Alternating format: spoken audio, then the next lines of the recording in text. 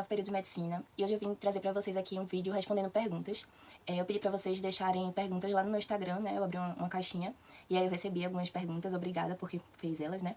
E pra quem ainda não me segue no Instagram, me segue lá que eu mostro algumas coisas, né, em tempo real e aí fica mais fácil uma comunicação e até conversar mesmo pelo direct. Tô cansada depois de uma semana cheia de provas, mas eu queria vir gravar esse vídeo logo porque faz um tempinho já que vocês fizeram essas perguntas e eu queria responder pra postar logo, enfim. Meu Instagram é @juliapavão, pra quem não segue ainda, né, quiser seguir. E é isso, vamos começar logo, né, a responder. A Giovana, ela perguntou o que é que me angustiou dentro do curso, o que é que mais me angustiou dentro do curso até agora. Ah, pessoal, eu tô olhando pra baixo porque eu tô lendo pelo computador, já que eu gravo pelo celular, e aí fica mais fácil dessa forma. Então, eu acho que uma angústia, acredito que não seja só minha, mas de muita gente, tanto da medicina, né, quanto da área da saúde, falando pela minha experiência, né, não sei falar sobre as outras áreas, mas acho que o medo que a gente tem de não dar conta. Explicando. Durante a faculdade, durante os períodos, a gente vê muitas disciplinas, muitos conteúdos, enfim. E é muita informação, né, pra ser retida. E aí o meu medo, particularmente, é chegar no internato ou me formar e dar um plantão e chegar um paciente grave e eu não saber como proceder na hora, assim, né, rápido. Mas acredito que seja uma coisa que, com a prática, vá amenizando, né, essa tensão, esse medo, essa ansiedade. Acho que, até certo ponto, ter essa ansiedade e esse receio é saudável, faz você querer se esforçar mais, querer se dedicar mais para aprender, né? E acho que é isso, com a prática associada a estudos, a gente vai minimizando nessa parcela de possíveis erros. Enfim, mas eu acho que é algo que me preocupa muito ainda hoje. E acredito que seja algo que preocupe muita gente também, né? Pelo menos com as pessoas que eu falo, que eu convivo, um receio deles também. Próxima pergunta. O Bruno, ele perguntou qual o melhor método de estudo pra mim. Durante esse tempo de faculdade, né? Já foram mais de 4 anos, eu passei por vários métodos, né? Já testei várias coisas. Mas hoje, o que me ajuda mais, me deixa meu estudo mais rápido e dinâmico eu assisto a aula, presto atenção em tudo que o professor está falando, fico bem focada na aula. E antes de eu ir para a aula, eu tento imprimir resumos que pessoas de turmas antigas já fizeram. Aqui na faculdade a gente tem um drive compartilhado com todos os períodos e as pessoas elas vão colocando os materiais nesse drive. Acredito que em outras faculdades também tenham esse costume, né, de as turmas antigas irem passando os materiais para as mais recentes, enfim. E aí tem resumos muito bons lá. E aí antes de eu ir para a aula, eu já imprimo o resumo daquela aula, né, que vai ter no dia. E durante a aula eu só vou complementando com alguma coisa que o professor falou, que eu achei relevante e que não tá ali no resumo, né? E aí, quando eu vou revisar em casa, estudar em casa, eu leio o resumo atentamente e tento fazer questões. Se for um assunto que eu tenho mais dificuldade, que eu não entendi bem a aula, aí eu opto por ver alguma videoaula para complementar aquele conteúdo, né? E depois revisar e questões, basicamente isso. Antes eu acabava perdendo muito tempo, porque eu via a aula, anotava tudo que era possível, depois eu ainda ouvia o áudio da aula ou a gravação, e acabava não tendo tempo, por exemplo, de fazer questão, perdia muito tempo fazendo resumo, escrevendo, sabe? E não conseguia captar o mais importante, assim, de cada assunto. Isso acabava me prejudicando o rendimento na hora da prova, sabe? Eu estudava muito e acabava não tirando notas tão altas. E aí, com esse método novo, que é o que eu faço agora, eu acho que no último ano, ou um ano e meio, eu venho fazendo isso e tem dado bem certo. Próxima questão. A Maria Lúcia perguntou qual a maior dificuldade encontrada até agora. Em relação, assim, à faculdade mesmo, eu acho que a questão de ansiedade, eu sou muito ansiosa. Então, eu fico muito nervosa. Eu até melhorei um pouco em relação a provas, assim, mas se tiver algo que foge da minha rotina, por exemplo, uma prova diferente. A gente teve esse período, a disciplina de imagem, e era uma prova diferente, porque normalmente a gente recebe uma prova e ela é toda escrita, e a gente tem 1 hora para responder e destina o tempo que a gente quer para cada questão, né? Na prova de imagem, o professor projeta a imagem, né? Bota o slide lá, e aí você tem um tempo pra responder aquela questão. Tipo, 1 minuto pra olhar a imagem e dar o laudo ou o diagnóstico. E aí isso me deixa muito ansiosa. Eu tive uma crise de ansiedade no meio da prova, não consegui respirar, enfim. Mas aí consegui me acalmar no meio da prova e concluir, né? Mas prova me deixa muito angustiada, nervosa. Comparação também, né? A gente acaba se comparando com os outros, achando que é menos inteligente ou menos capaz. E isso é bem negativo. Acho que a medicina tem muito isso de competição, de comparação, enfim. E em relação, assim, a mais pessoal, é o fato de eu estar fazendo a faculdade em outra cidade, né? Eu sou de Recife e eu estou fazendo faculdade aqui na Paraíba, Campina Grande, na Universidade Federal de Campina Grande, para quem me perguntou em outros vídeos. E estar longe de casa, assim, é difícil, longe da família, longe do meu esposo, é meio complicado. Porque, assim, tanto pelo apoio mesmo, vamos dizer, físico, né? De ter um almoço, um jantar pronto quando você chega, um prato lavado, isso ajuda muito quando a gente tá em casa, que a gente tem quem nos ajude, mas também o lado psicológico mesmo, de você chegar e não ter com quem, assim, compartilhar como foi seu dia. Eu consigo fazer isso, né, por videochamada, ligação, mas não é a mesma coisa. Acho que uma coisa, um detalhe simples, como, por exemplo, eu queria que minha mãe, minha avó, minha irmã, meu avô, eles vissem eu indo pra aula com meu scrub, meu pijama cirúrgico, enfim. Essa sensação, assim, ela acaba sendo perdida por essa falta de convivência. Até também acontece um problema em casa, alguém tá doente, vai fazer uma cirurgia e você não consegue estar perto às vezes, enfim, é muito angustiante, em alguns momentos, né. A Maria Lucia, ela perguntou também qual área eu não faria de jeito nenhum. Pra quem ainda não viu, eu tenho um vídeo aqui gravado, né, que é com especialidades que eu faria e não faria. E, como eu falei lá no vídeo, eu não faria cardiologia nem anestesiologia. Eu tinha falado também que não faria áreas cirúrgicas, mas falando com as amigas agora que acabaram eu rodízio de cirurgia no internato, acabou abrindo um pouco minha mente, né, pra essa área. Então talvez o internato ele me surpreenda positivamente. Elas estavam contando, né, como foi a experiência, assim, ver como é bonito um procedimento mudar tanto a qualidade de vida de alguém, né? Uma pessoa que estava com muita dor ou com, assim, um desespero muito grande, e depois da cirurgia consegue ter um alívio, né? Que isso é muito bonito, enfim. Veremos cenas dos próximos capítulos. A Maria Lucela perguntou também se eu penso em fazer residência, especialização, mestrado, enfim. Atualmente eu pretendo fazer residência, quero prestar a prova da residência no final do ano que vem, e para clínica médica, provavelmente. E como eu vou fazer residência, eu não penso agora em uma especialização, só talvez no futuro. E mestrado eu não tenho pretensão de fazer porque eu não quero docência, né? Eu não quero dar aula. Se futuramente eu mudar de ideia ou eu ver outro significado, né, pro mestrado em si, eu posso pensar, mas por enquanto é isso, eu pretendo fazer residência mesmo. Jade perguntou, Jade, minha irmã, gente, ela é responsável pelas capas desse canal. Obrigada, Jade. Maravilhosa. Ela perguntou o que é que eu menos gostei de estudar até agora. E acho que esse é junto com os que eu não faria, que são as disciplinas de cardiologia. Acho que cardiologia pra mim foi a pior disciplina do curso inteiro. Já era uma disciplina que eu não gostava, mesmo antes de entrar na faculdade. E quando a gente entra na faculdade, desde o primeiro período, é uma disciplina famosa, sabe? Ela é paga no quinto período, e esse quinto período é conhecido como quinto dos infernos, justamente por conta dela. E, assim, é uma pressão muito grande, uma tensão, é desgastante a disciplina, sabe? E aí por isso que eu não gostei. E associado a isso tem o fato de que no quinto período o estilo de prova ele muda completamente. Passa a ser caso clínico, você tem que dar diagnóstico, tem que dar tratamento. E é uma coisa que a gente não estava acostumado a fazer nos períodos anteriores. E aí é meio um baque, assim, sabe, pra todo mundo. Somando com a dificuldade da disciplina em si, né? Já lhe perguntou também o que eu mais gostei de estudar até agora. E eu tenho algumas favoritas, né? Acho que quem me acompanha já sabe.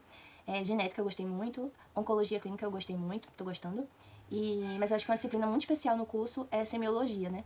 Que você sai daquelas áreas básicas, bioquímica, biologia celular, fisiologia, pra começar a ter, de fato, contato com o paciente. E é muito especial. Eu lembro da gente nervoso, ansioso, pra ir conversar com o paciente, perguntar como é o nome dele, quantos anos ele tem, de onde ele veio, por que ele estava ali no hospital, como é que tinha acontecido, como é que tinha começado os sintomas dele. E a gente ficava morrendo de ansiedade, nervoso, com medo de falar alguma coisa errada. E acho que isso é muito gostoso, assim, né? Aprender a como examinar um paciente. É uma disciplina muito especial no curso. A Vitória, ela perguntou qual é a pior cadeira e por quê. E aí eu já respondi várias vezes minha indignação com cardiologia. E a anestésio tá pau a pau, viu? De piores cadeiras para mim. Vitória perguntou também qual foi o atendimento que mais me surpreendeu até hoje. Eu não sei se a palavra certa seria surpreender, né, pra o que eu vou contar agora, mas, enfim, como muita gente aqui sabe, eu pretendo fazer oncologia, pelo menos por enquanto, eu não bati o martelo, né, mas a minha ideia é, por enquanto, fazer oncologia. E todo mundo, assim, que me conhece, fica meio preocupado, né? Meu esposo sempre fala assim, tu vai chegar em casa chorando todo dia. E eu sou uma pessoa sensível, e as pessoas sempre ficam muito preocupadas quando eu vou fazer onco, assim, minhas amigas ficam, Julia, isso é pesado, tenho certeza que quer isso e tal. Mas eu sigo firme na minha decisão por enquanto. E aí, uma coisa que me chama a atenção é que durante as consultas, né, de oncologia, eu acabava não sentindo esse peso, né, dessa especialidade.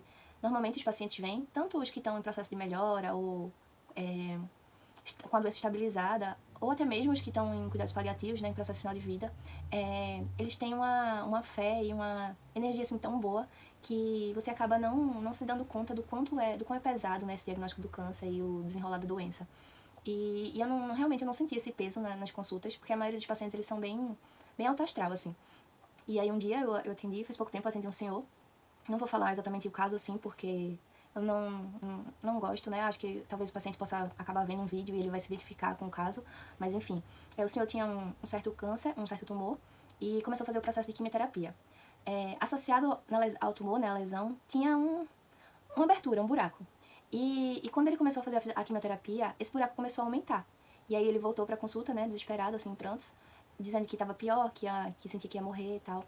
e que ele não tinha nem coragem de olhar mais pra ferida, né? E aí ele pediu pra eu tirar o curativo e ver. A médica que eu acompanhei, ela pediu, né? Me paramentei tudinho, tirei o curativo. E realmente a abertura lá da ferida estava bem maior. Mas aí a médica, ela falou pra ele que isso era bom, que era um bom sinal, que se a ferida estava maior, porque o tumor que estava fechando essa ferida, ele estava diminuindo por conta da quimioterapia. Isso significava que a quimioterapia estava dando certo. E aí depois que a gente diminuísse o tumor, que fizesse a cirurgia, aquela abertura ia fechar, enfim. E aí ele chorou muito naquele momento. Acredito que por medo ou por alívio, né, ele achava que estava pior e na verdade estava melhorando. E ele chorou muito e falou assim que não desejava câncer pra ninguém, nem pra um inimigo dele se ele tivesse. E meu olho na hora eu lembro que encheu de lágrimas, assim, porque eu senti realmente o desespero dele, né? E aí a médica que eu tava acompanhando, ela só olhou pra mim e disse assim, agora não. E aí eu entendi que era, tipo, não chora, segura, né? E aí quando ele saiu, ela me explicou, né, porque tinha feito aquilo. Ela disse, Júlia, se você chora, se eu choro naquele momento, ele talvez pense que o que eu tô falando é mentira, que ele não tá melhorando, e sim que ele tá piorando. E talvez eu esteja falando aquilo só pra, assim, acalentar, né? E aí por isso que a gente tem que ser firme às vezes. Acho que tem gente que já ouviu falar com certeza, ah, médico é frio, o médico não pode chorar. Pode, eu já ouvi palestras dizendo isso, que o médico só não pode chorar mais que o paciente, mas ele pode dar um abraço, ele pode se emocionar, enfim. Mas eu acho que é muito disso também, a gente tem que passar a firmeza, né, daquilo que a gente tá dizendo. Eu não posso falar, ah, vai ficar tudo bem, vai dar certo aos prantos, né? Não combina o sentimento com a minha fala. Enfim, então acho que foi esse atendimento assim, que mais me marcou, que foi mais diferente pra mim. Próxima pergunta. O que me levou a escolher o curso? Eu contei bem direitinho no vídeo sobre a minha trajetória. Vocês podem ver ele, tá? É um vídeo bem legal, que eu fiz assim com todo carinho, desabafei. Mas o que eu posso dizer agora, pra não deixar a pergunta sem ser respondida, é que teve muita influência da minha avó. Minha avó ela era enfermeira, hoje em dia ela é aposentada, né? Ela aposentou quase na mesma época que eu nasci, mas ela sempre falou com muito carinho, assim, de relação entre ela e os pacientes, do ambiente hospitalar em si. E isso me influenciou muito a escolher medicina. A Karina tem um canal também aqui no YouTube, gente, é Karina Delmiro o nome. Ela faz medicina lá na Argentina, ela e a irmã dela.